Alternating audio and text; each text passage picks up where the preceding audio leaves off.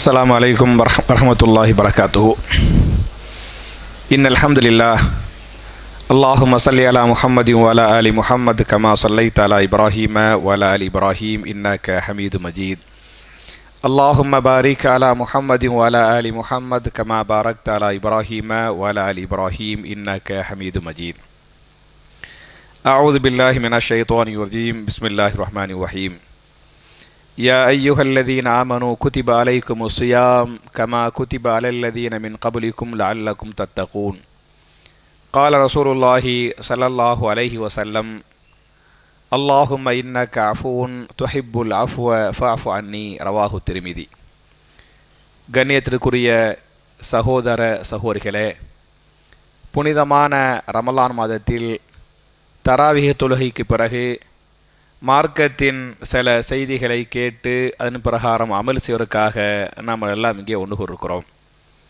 இப்படிப்பட்ட நல்ல சந்தர்ப்பத்தில் நபிகள் நாயகம் ஸல்லல்லாஹு அலைஹி வஸல்லம் அவர்கள் மீது ஸலவாத்து சொல்வதின் அவசியமும் அதன் சிறப்பும் என்கிற தலைப்பில் சில விஷயங்களை உங்களோடு பரிமாறிக்கொள்ள நான் ஆசைப்படுகிறேன்.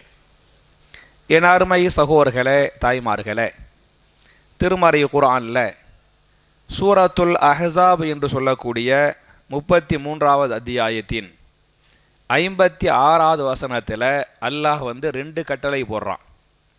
என்ன கட்டளை அப்படின்னு சொன்னால், இன்னல்லாஹ வ மலாயிகத்தஹு யுஸல்லூன அலன் நபி யா அய்யுஹல்லதீன ஆமனு ஸல்லூ அலைஹி வ ஸல்லிமு தஸ்லீமா. நிச்சயமாக அல்லாஹ் ரப்புல் ஆலமீன் இந்த நபியின் மீது அருள் புரிகிறான். மலக்குமார்கள் இந்த நபிக்காக என்ன செய்கிறாங்க? ஸலவாத்து சொல்கிறாங்க அப்படிங்கிற ஒரு தகவல் அல்லாஹ் சொல்லிவிட்டு, யா ஐயுஹல்லதீன ஆமனு, ஈமான் கொண்டவர்களே, விசுவாசிகளே, ஸல்லூ அலைஹி, அவர் மீது என்ன செய்யுங்கள்? ஸலவாத்து சொல்லுங்கள். வ ஸல்லிமு தஸ்லீமா, சலாமும் சொல்லுங்கள் அப்படின்னு ரெண்டு கட்டளை. அவங்க மேலே ஸலவாத்து சொல்லுங்க, சலாம் சொல்லுங்க அப்படின்ட்டு ரெண்டு கட்டளை அல்லாஹ் போடுறான். இதில் நம்ம ஒரு கட்டளையை பார்க்குறோம், அவங்க மேலே ஸலவாத்து சொல்லுங்க அப்படின்னு அல்லாஹ் சொல்கிறான். பத்தியலா, இந்த ஸலவாத்துங்கிற வார்த்தைக்கு அரபியில் 3 அர்த்தம் இருக்கிறது. ஒரு அர்த்தம் ஸலவாத்து என்று சொன்னால் துஆ செய்தல் என்று பொருள். ரெண்டாவது அர்த்தம் ஸலவாத்து என்று சொன்னால் தொழுதல் என்று பொருள். மூன்றாவது அர்த்தம் ஸலவாத்து என்று சொன்னால் மன்னித்தல் என்று பொருள். புரியுதா? துஆ செய்தல், தொழுதல், மன்னித்தல் என்று பொருள். இங்கே ஸலவாத்து என்று சொல்கிறோம் என்று சொன்னால் நபிகள் நாயகத்திற்காக துஆ செய்தல் என்று பொருள். இந்த 3 அர்த்தத்திலையும் அல்லாஹ் குர்ஆன்லேயே வார்த்தையை பயன்படுத்துகிறான். சூரத்து தௌபாவுடைய 103வது ஆயத்தில், நபியே, பைத்துல் மாலுக்காக மக்கள்கிட்ட ஜக்காத்து பணத்தை வாங்கிக்கிறங்க அப்படின்னு சொல்லிவிட்டு அந்த ஜக்காத்து பணத்தை வாங்கிவிட்டு ஜக்காத்து கொடுத்தாங்கல்ல, அவங்களுக்காக வஸல்லி அலைஹிம், துஆ செய்யுங்கள். இன்ன ஸலாத்தக ஸகனுல்லஹும், நீங்கள் அவர்களுக்காக கேட்கக்கூடிய துஆ, சலாத்துங்கிற வார்த்தையை பயன்படுத்திவிட்டு என்ன அர்த்தம் இருக்குது? துஆ, நீங்கள் அவர்களுக்கு கேட்கக்கூடிய துஆ என்பது ஸகனுல்லஹும், அவர்களுக்கு மன நிம்மதியை கொடுக்கும் அப்படின்னு நல்லா சொல்கிறானே. அப்போ துஆங்கிற வார்த்தையிலையும் குர்ஆனில் ஸலவாத்துங்கிற வார்த்தைக்கு அல்லாஹ் பயன்படுத்துகிறான். அதே மாதிரி தொழுகை உங்களுக்கு தெரியும். சூரத்துல் பக்கராவுடைய 238வது ஆயத்து, ஹாஃபிலு அல ஸலவாத்தி, ஹாஃபிலு அல ஸலவாத்தி, எதை பாதுகாத்து கொள்ளுங்கள்? ஸலவாத்துகளை பாதுகாத்து கொள்ளுங்கள். இந்த இடத்துல ஸலவாத் என்று சொன்னால் எதை பாதுகாத்து கொள்ளுங்கள்? தொழுகைகளை பாதுகாத்து கொள்ளுங்கள். வஸ்ஸலாத்தில் உஸ்தா, குறிப்பாக நடுத்தொழுகை பாதுகாத்து கொள்ளுங்கள்.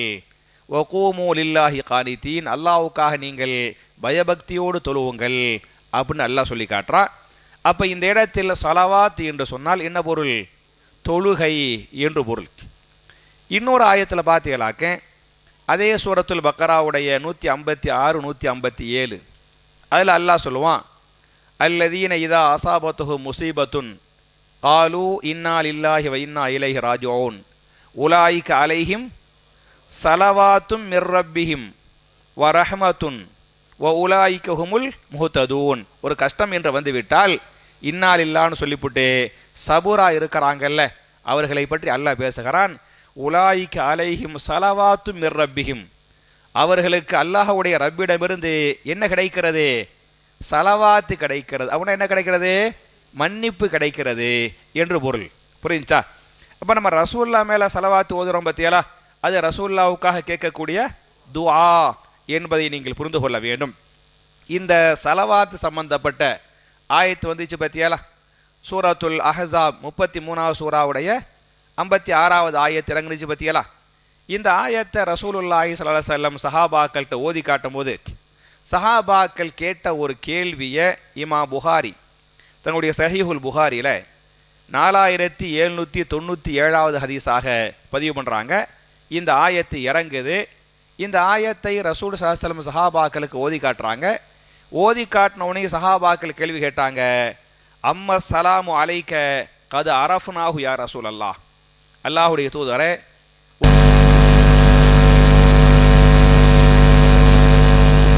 ஆனால் கைஃப சலவாத்து, எப்படி சலவாத்து சொல்லுவது, சலவாத்து என்றால் என்ன அப்படின்ட்டு சஹாபாக்கள் ரசூல்லாட்ட கேள்வி கேட்டாங்க. புரிஞ்சா? அவங்க இஷ்டத்துக்கு சலவாத்து சொல்லலை.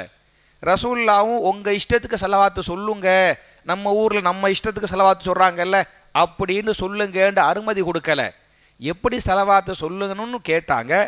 அதுக்கு ரசூலுல்லாஹி ஸல்லல்லாஹு அலைஹி வஸல்லம் சலவாத்தை கற்றுக் கொடுக்குறாங்க. எதை கற்றுக் கொடுத்தாங்க? தரூத இப்ராஹிம் என்று சொல்லக்கூடிய அல்லாஹும்ம ஸல்லி அலா முஹம்மதின் வ அலா ஆலி முஹம்மதின் கமா ஸல்லைத்தங்கிற அந்த சலவாத்தை கற்றுக் கொடுத்தாங்க என்று ஹதீஸ் பேசுகிறது. அப்போ இதான் சலவாத். புரிஞ்சா? இந்த சலவாத்தை நம்ம குறிப்பிட்ட சில நேரங்களில் கண்டிப்பாக ஓதி ஆகணும். உதாரணமாக தொழுகையுடைய அத்தஹியாத்துக்கு பிறகு சலவாத்து கண்டிப்பாக ஓதணும். ஜனாசா தொழுகையில் 2ஆம் தக்பீருக்கு பிறகு கண்டிப்பாக சலவாத்து ஓதணும். நம்ம கேட்குற துவாவில் ஆரம்பத்திலையும் கடைசிலையும் கண்டிப்பாக சலவாத்து ஓதணும். பாங்கு சொல்கிறாங்க பற்றியலா, பாங்குக்காக துவா சொல்கிறோம் பற்றியலா, அந்த துவாவுக்கு முன்னால் என்ன செய்யணும்? டைரக்டாக அல்லாஹும்ம ரப்பஹாதிஹி தாவத்தி தாமா என்று ஓதாமல் சும்மா சல்லு அலைய, என் மீது சலவாத்து ஓதுங்கள், அதற்கு பிறகு துவா ஓதுங்கள், அப்படி தான் ஹதீஸ் வருது. அப்போ 4வது பாங்குக்கு பிறகு என்ன செய்யணும்? சலவாத்து ஓதணும். 5வது வெள்ளிக்கிழமைகளில் அதிகமாக என்ன செய்யுங்க? சலவாத்து ஓதுங்கள் அப்படின்னு இருக்குது. 6வது நல்ல விஷயங்களை பேச ஆரம்பிக்கும் போது, இப்போ பயான் செய்கிறோம் புரியுங்களா, இந்த பயான்கள் உபதேசங்களுக்கு முன்னால் என்ன பண்ணுங்க? சலவாத்து சொல்லிவிட்டு ஹம்துன்னு அல்லாஹ்வை புகழுவது, அல்லாஹ்வை புகழ்ந்து விட்டு நபியின் மீது சலவாத்து சொல்லிவிட்டு உங்களுடைய உபதேசங்களை ஆரம்பியுங்கள் என்றெல்லாம் ஹதீஸுகள் பேசுகின்றன. அப்போ நபிகள் நாயகம் ஸல்லல்லாஹு அலைஹி வஸல்லம் எங்கனையெல்லாம் சலவாத்து சொல்லுங்கள்னு சொன்னாங்களோ அங்கே என்ன செய்யணும்? இந்த சலவாத்துகளை மறக்காமல் நம்ம செய்யணும் அப்படின்னு சொல்லிவிட்டு நம்ம சலவாத்து ஓதுறனால நமக்கு நிறைய நன்மைகள் கிடைக்கும். ஒரே ஒரு ஃபாய்தாவை மட்டும், ஒரே ஒரு நன்மையை மட்டும் நான் சொல்லி முடிக்கணும் அப்படின்னு சொன்னால், இமாம் முஸ்லிம் தங்களுடைய சஹீஹ் முஸ்லிமில் 687வது ஹதீஸாக இந்த ஹதீஸை பதிவு பண்ணுறாங்க. மன் ஸல்லா அலைய ஸலாத்தன், சரியா? ரசூல் ஸல்லல்லாஹு அலைஹி வஸல்லம் சஹாபாக்களுக்கு சொன்னாங்க, யார் என் மீது ஒரு முறை சலவாத்து சொன்னாரோ, யார் என் மீது ஒரு முறை சலவாத்து சொன்னாரோ, ஸல்லல்லாஹு அலைஹி பிஹா அஷரன், அவர் மீது அல்லாஹ் 10 முறை அருள் புரிகிறான். புரியுச்சா? அப்போ நம்ம நபியின் மீது ஒரு தடவை சலவாத்து சொன்னால் அல்லாஹு ரப்புல் ஆலமீன் அவர் மீது 10 தடவை அருள் புரிகிறான் என்ற இந்த ஹதீஸை ஜிப்ரீல் மூலமாக ரசூலுல்லாவுக்கு வருகிறது. வந்தவனை ரசூலுல்லாஹி ஸல்லல்லாஹு அலைஹி வஸல்லம் அப்படியே சஜதா பண்ணிட்டாங்க. எதுக்கு பண்ணுறாங்க? சஜதா ஷுக்கூர், அல்லாஹுக்கு ஷுக்குரு பண்ணி சஜதா பண்ணாங்க. சஹாபாக்கள் கேட்டாங்க, யா ரசூலுல்லாஹ் எதுக்கு சஜதா பண்ணீங்க அப்படின்னு கேட்டாங்க. ரசூலுல்லாஹ் சொன்னாங்க, நான் அல்லாஹுக்கு ஷுக்ரியா பண்ணேன். என்ன அல்லாஹுக்கு ஷுக்ரியா பண்ணேன்?